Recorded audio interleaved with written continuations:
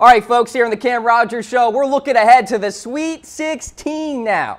Let's take a look at the East region, and here you see some of the results. Villanova taking down Alabama handedly, Brian, and then West Virginia victorious over Marshall. So it's going to be Villanova taking on West Virginia as we continue along in the East here. Texas Tech was victorious. Purdue was victorious as well. So it's Tech and Purdue, Villanova and West Virginia. Let's start things off with the Cats and the Mountaineers. What do we make of that matchup?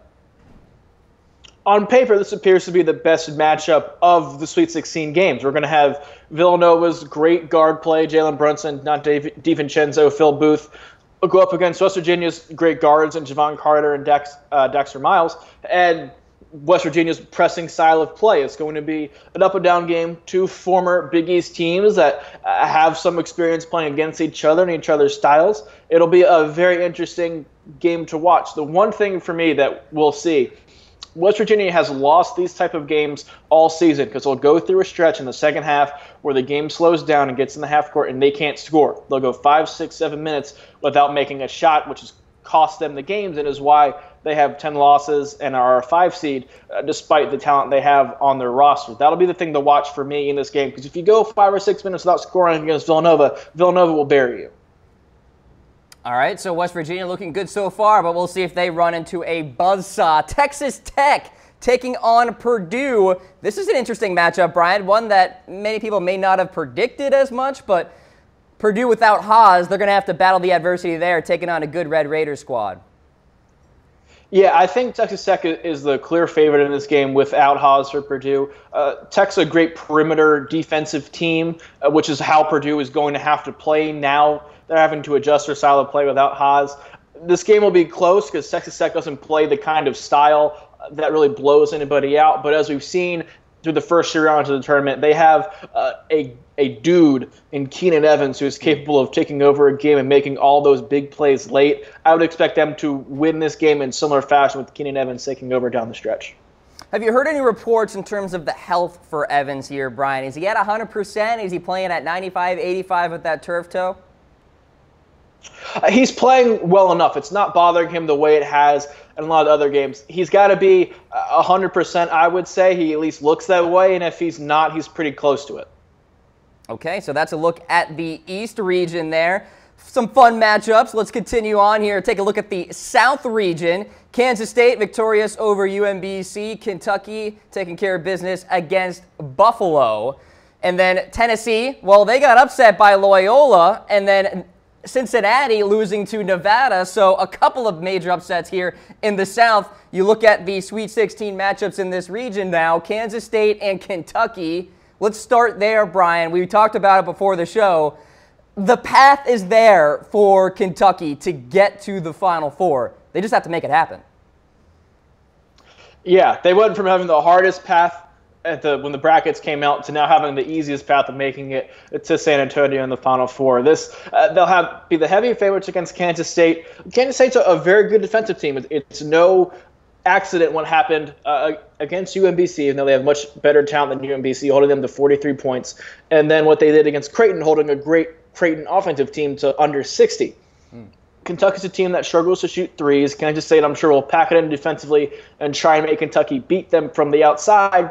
The question here just becomes, is Kentucky's length and athleticism going to be too much for Kansas State? And then the other matchup, we have two of the bigger Cinderellas of the tournament. Loyola, a very efficient team on both sides of the ball, both ends of the court, but have won their 2 games by a combined 3 points, both on last 10-second game winners.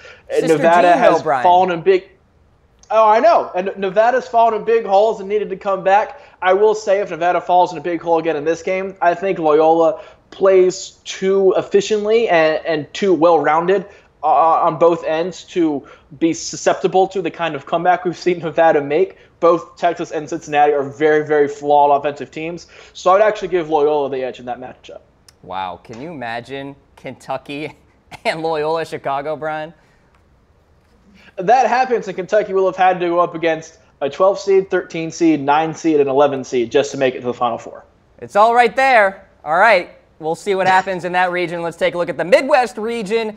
Kansas beat Seton Hall. They move on. Clemson absolutely obliterated a putrid-looking Auburn squad.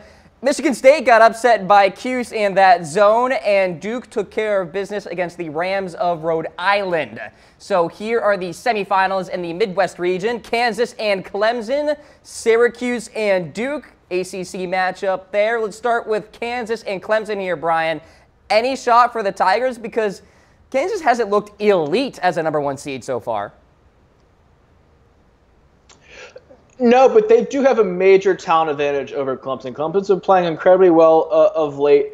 Kansas has been limited somewhat, particularly in that Seton Hall game, because they're really only reliable big man in Udoka Azubuike had been dealing with an MCL injury he suffered prior to the Big 12 tournament. Seton Hall has a big guy, Angelo Gatto, that really killed them. He had 24 points and 23 rebounds, but Kansas still had the guard play to overcome that disadvantage on the inside. They'll have the major advantage again in the backcourt against Clemson, and as we've seen in past years with NCAA tournament and kind of NCAA tournament history, you're going to go as far as your guard play takes you. And because Kansas has such an advantage in their backcourt, I would expect them to win, even if Clemson maybe keeps it a little too close for comfort. Well, Clemson has made it a very promising run to this point. We'll see if they can get past that #1 overall seed or #1 seed in that Midwest region. Syracuse taking on Duke. That's an interesting one. Now, Duke is a team that obviously knows that zone by Syracuse. It's not like Michigan State. So what do you make of that matchup? No, I think Syracuse is kind of run into the end of their run here because they're going up against a team that has seen the zone before, knows how to beat it, and is now using it. Duke's season really turned around when they switched and went to their own 2-3 zone. They're going to make Syracuse beat them offensively, score enough points to beat them, and Syracuse simply doesn't have enough offensive firepower to do that. They played one time this season in Cameron. Duke won the game pretty handily, 60-44. I don't know if it'll be another 16-point game, but I would expect this to be another game where Duke kind of controls the game and wins by a sizable margin.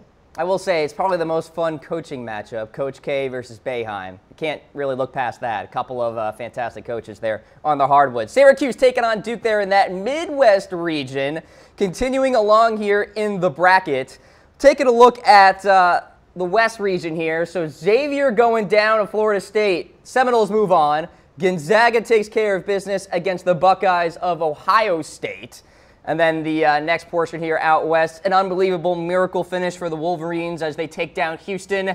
And then A&M absolutely obliterates UNC, which leaves us with these games. Florida State versus Gonzaga. This one's really hard for me to analyze, so Brian, I look forward to your thoughts on that one. Michigan taking on Texas A&M. A&M red hot, but Michigan's got a very good defense. Let's start with Seminoles and the Zags here. Brian, what do you make of this game? This draw, other than Kentucky, I think this draw has worked out the best for Gonzaga. I've talked all season and on this show about the major flaws I think Gonzaga has as a team, particularly a inconsistent guard play and their lack of overall athleticism. Now they're running into a Florida State team that is a big team, has reeled off one big run to beat Missouri and one big run to beat Xavier, which I still don't know how they did. But they're not a team that does, and the Seminoles, not a team that does anything particularly well. They didn't really have any big-time wins other than a road win at Florida in the non-conference schedule during the regular season. The Xavier win is clearly the best win they've had this year. They've consistently come up short against big-time competition this season, and the way Gonzaga plays, making the most out of their talent and playing very efficiently, both offensively and defensively, I think they're able to win this game, although we've seen Gonzaga play some games that are closer than it should be in this tournament, beating UNCG and then Ohio State by very narrow margins. Mm-hmm. It could be that way again, but I would still expect Gonzaga to come out on top. All right, and then you have Michigan taking on Texas A&M, a team we did not expect to get this far, or at least you and I, Brian. So what do you make of this game here? Michigan, of course, a team that I think will go to the national championship game. I have Michigan in the Final Four as well. I think whoever wins this game will make it to the Final Four. A&M's been playing very, very well. They've found their guard play. Robert Williams and Tyler Davis, their two big men on the inside, have found a way to coexist. I don't think they'll be able to pull it out in this game. I think Michigan is such a good defensive team this year. They'll be able to pack it in and limit Davis and Williams on the inside and force A&M's guards to beat them. And they play good enough perimeter defense to where A&M's guards will have a very hard time against them. Michigan's offense also hasn't looked great in the tournament. They needed that Jordan Poole miracle three-pointer to get past Houston, but it is worth remembering that Houston and even Montana, who they played in the first-round game, are very good defensive teams. I think that Poole shot and Michigan still being alive kind of frees them up, takes some of the pressure off them, and I think is going to free up their offense. They certainly can't play as poorly on that end as they have to this point in the tournament, so I think we see a little bit more of an offensive explosion. I think we see Mo Wagner and his athleticism and ability to play on the perimeter really exploit the two bigs for A&M, particularly Tyler Davis and his lack of foot speed, so I would give an edge here to Michigan.